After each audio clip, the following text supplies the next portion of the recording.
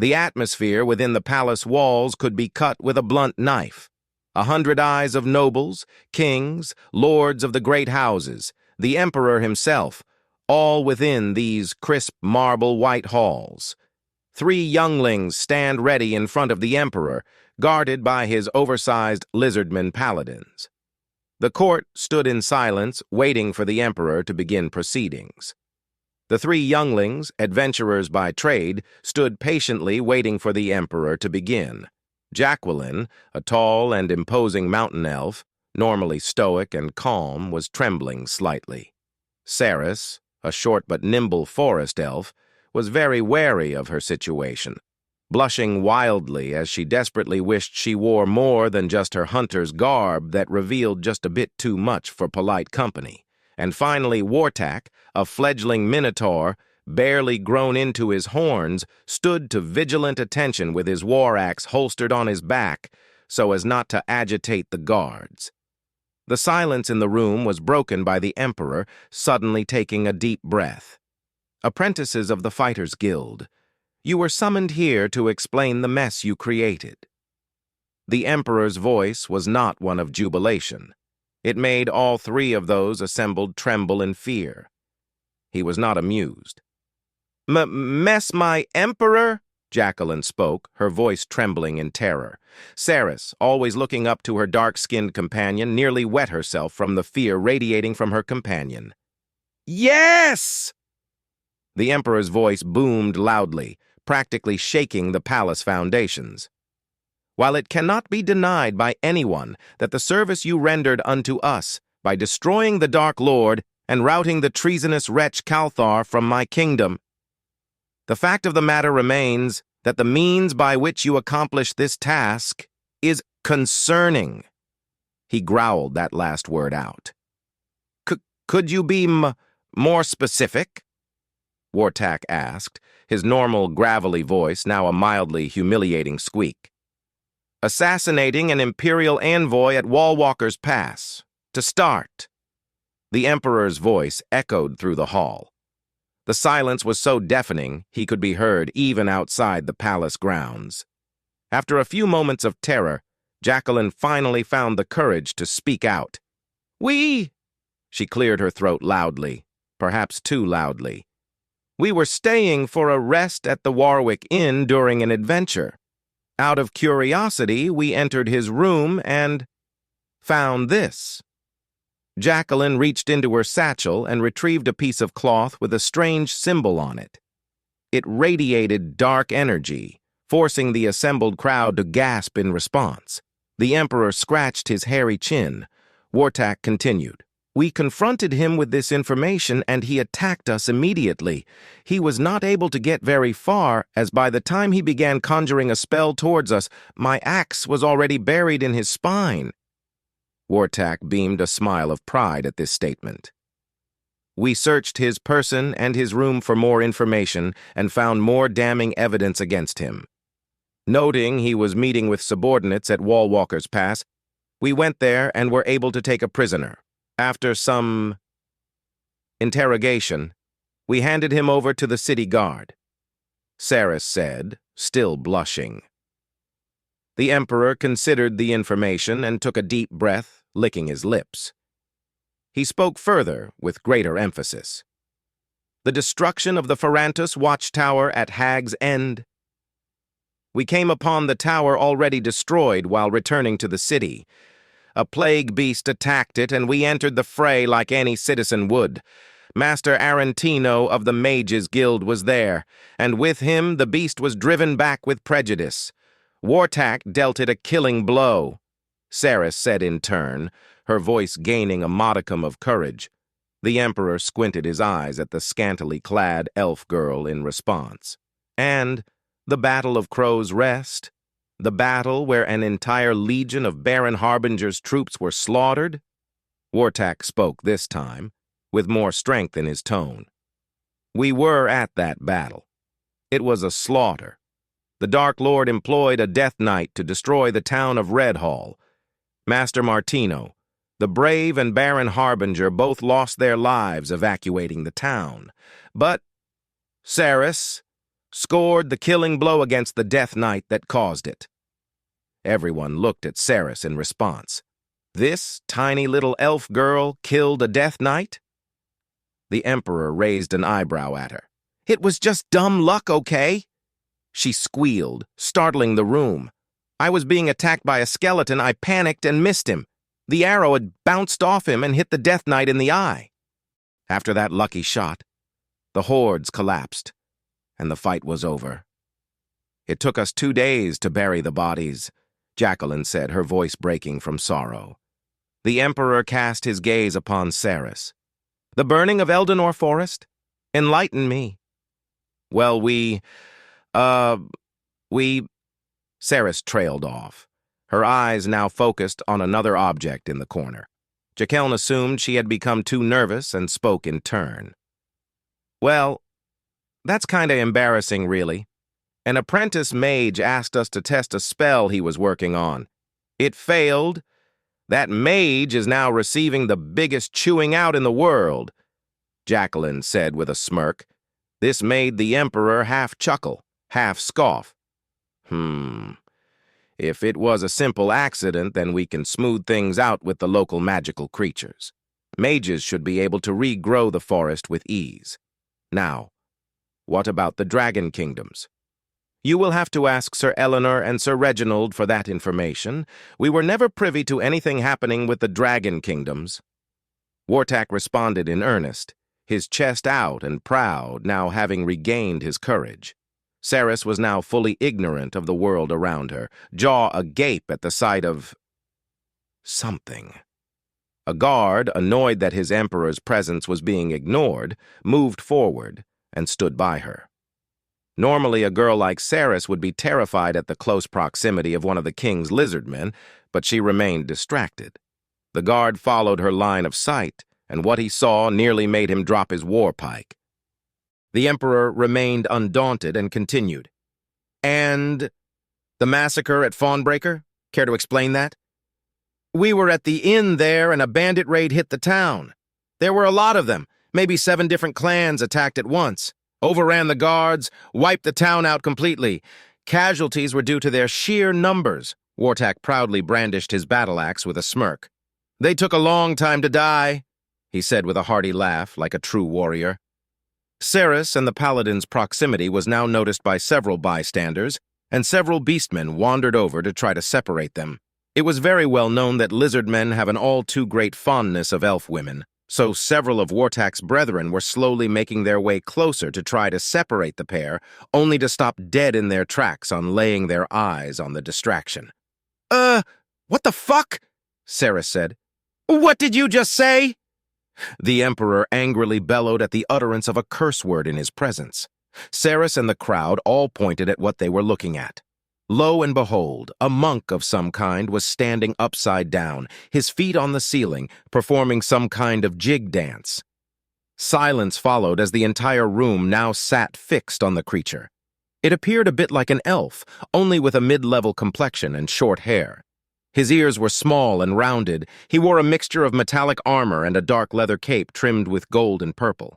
After a few moments, the creature stopped his dance and smiled at the assembled crowd. He took in an audible, deep breath with a strange smirk.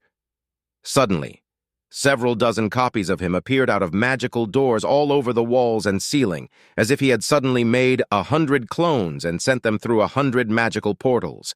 Then they all simultaneously began to boisterously erupt in song. Row, row, row your boat, gently down the stream, belts off, trousers down, isn't life a scream, ha! The copies of the creature vanished back into their portals, and a deafening silence followed. The creature slowly began to float in a seemingly random direction and let out a gleeful whee as it floated into a wall, vanished, then instantly appeared floating out of another wall. Several minutes of solid silence followed as the crowd watched the strange being float around the room, harmlessly bouncing off walls, making strange noises as he did.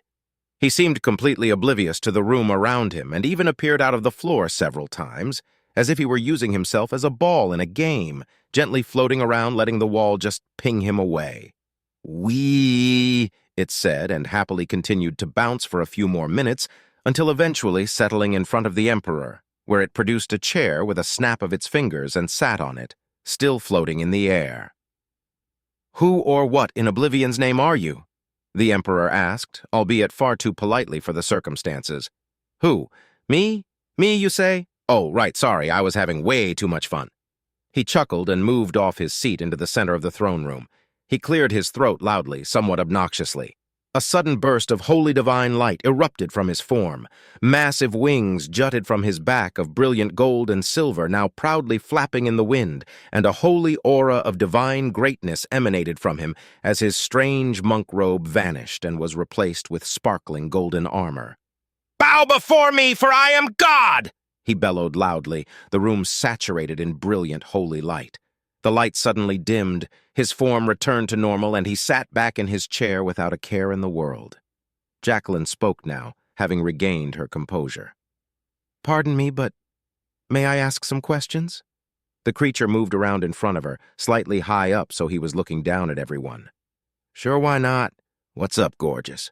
he said, smiling wryly at the elven woman. The Emperor got a little flustered. "I am the Emperor here! I will be spoken to!"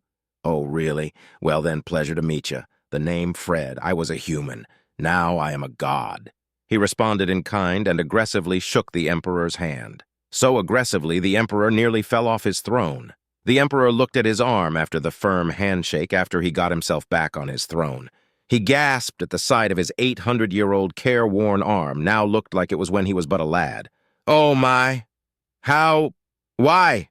It was the Emperor's turn to be confused. "Well, first we start with introductions. My name is Fred. Yours is?" he asked.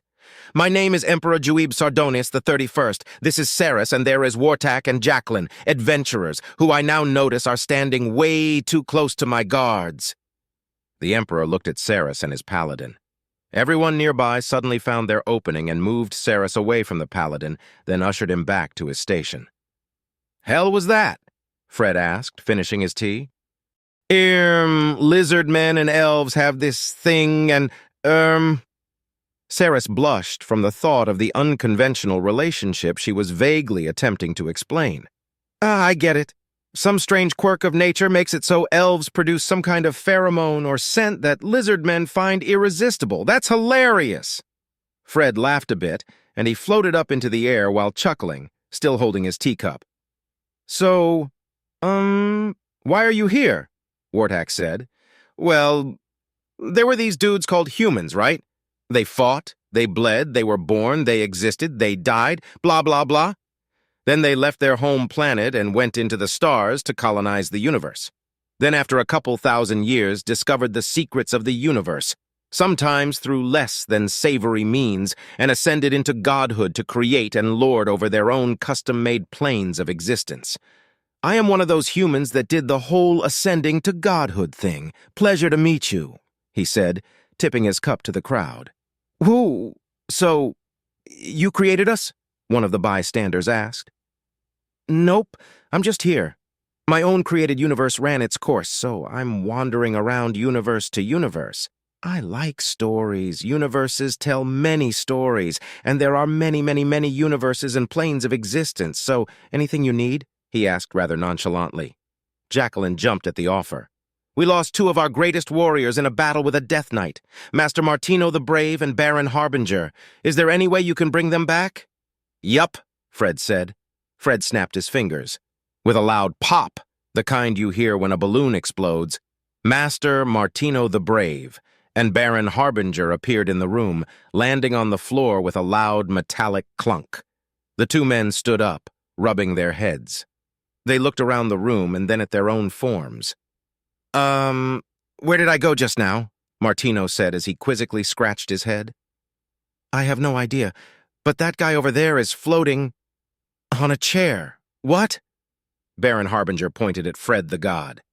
"Hey guys, welcome back to the land of the living. Please wipe your feet," Fred said with a hearty laugh. "There you go, Baron von Beefcake and Chad Boy the Stronk, living large." The Emperor by this point was flabbergasted to oblivion, mouth agape, face pale and trapped in a petrified mid-gasp. Fred took the opportunity to look around and settled his gaze on Ceres. He reached out with a finger and gently tapped her on her tiny elven nose. Boop. Saris blushed and couldn't stop herself from smiling. Why did you do that? Universal law. Laws that even gods have to obey. Unilaw number 27. If you seize the cute, boop the snoot. It matters not what universe it is a constant. He stated simply and floated to a spot in front of the Emperor. The room remained in silence for a bit as Fred resumed sipping some tea that he magicked out of nowhere. How could one respond to this situation exactly? A literal god, who seems way too happy to be here, suddenly appears in your home and brings back two dead men in front of your eyes and performs miracles the best of mages could only dream of. My Lord Fred, I have a question. Warthak broke the silence. So ask it. Don't call me Lord. I hate that grovelly, snivelly shit. Gives me the heebie-jeebies. Oh, Fred, sir? How exactly does one attain your kind of godliness? Warthak asked, seemingly genuinely curious. Oh, there's plenty of ways. Step 1, fix your planet. Step 2, leave your home planet. Step 3, spend a few thousand years building civilization across the galaxy. Step 4, try not to get yourselves killed within that time. Step 5, you have 6 options, which are as follows. Quantum entanglement cascade reaction inside of a microquasar caused by a matryoshka brain. Entry into the shroud, a dimension of nightmares and dreams where you're literally consumed by an all-encompassing power between universes.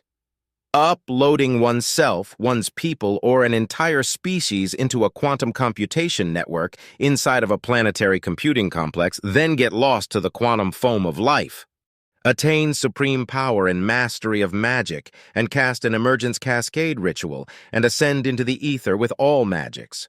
Or simply through brute force, refuse to die no matter how hard the universe tries to kill you and figure out a way to break through the chaos matrix. Or do what I did, ascend to divinity through hard work, discipline, meditation, knowledge, and contemplation, Fred said with a smile and sipped more of his tea. Oh, I didn't understand any of that, but thanks, Warthak responded with a sheepish grin. You will. Given time, patience, and a shot at the future, you will. The great filter comes to us all. Only the truly great will survive it, and only the truly masterful will overcome it. Any species that survives evolution, survives subsequent attempts at extinction by various factors including disease, war, famine, or hardship, passes the first 2 filters. Any species that leaves their home planet for more than a year passes the 3rd. Any species that establishes a presence on another world survives the 4th. The rest of the galaxy's occupants, or lack thereof, are your 5th and final filter, he said, smiling at the crowd. Okay, thanks. We will, get on that, Jacqueline said sheepishly. Nobody really knew how to respond to any of this. Several moments of silence passed while everyone waited for Fred to finish his tea. Fred loudly slurped HSI beverage, finishing it shortly thereafter.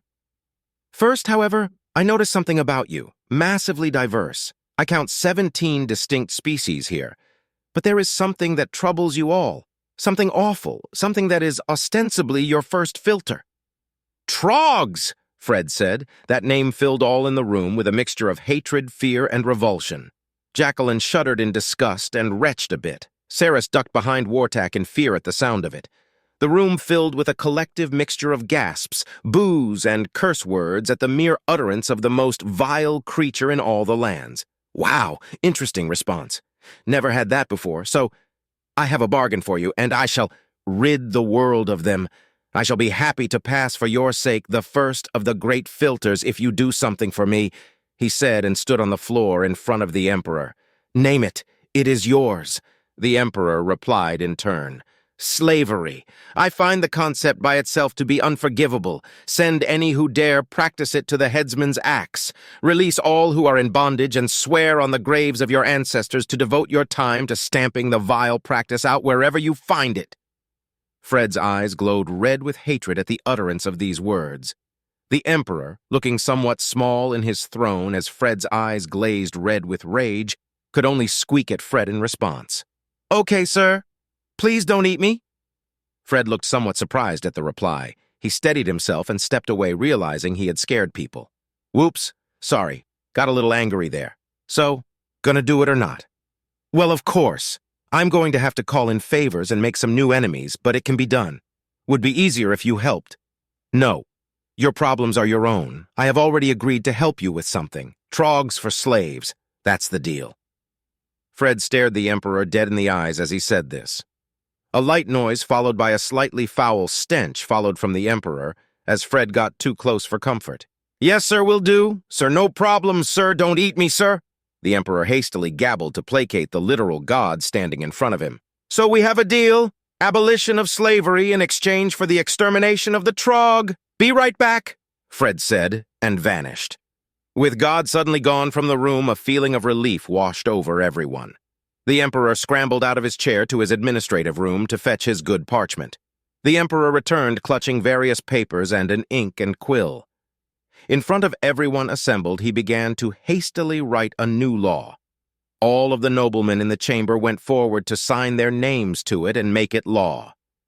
Moments after the writ was signed, stamped, and dated, Fred once again appeared.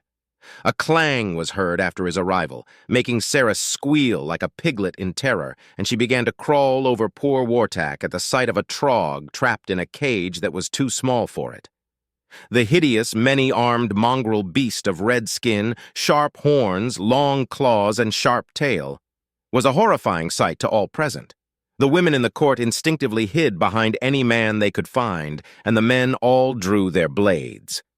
Jacqueline, stoic and brave, squealed and jumped into Martino the Brave's arms. Yup, nasty things. Evolution really pulled a shitty move with these things. Razor-sharp claws that can tear through armor, massive numbers due to overbreeding, incapacity for reason or logic, a taste for flesh of both the carnal and edible variety. And they stink like a sewage treatment plant that's been lived in by zombified skunks, highly dense bone structure, heavily armored musculature, high speed and high maneuverability. They sort of look like zombified versions of oversized goblins. Nasty, Fred said as he examined the fetid beast. Here, the Emperor said, handing the newly written law to Fred. Fred looked at it for a time, scrutinizing it. Handwriting, good. Grammar and spelling, good. Parchment quality, good. Payment accepted. I will just take one for my records. Fred waved his hand, and a perfect copy of the parchment appeared. He grabbed the copy and put it in his pocket. Fred moved to the center of the room, holding aloft the Trog in its cage. He hovered above the air and began to transform into his holy form.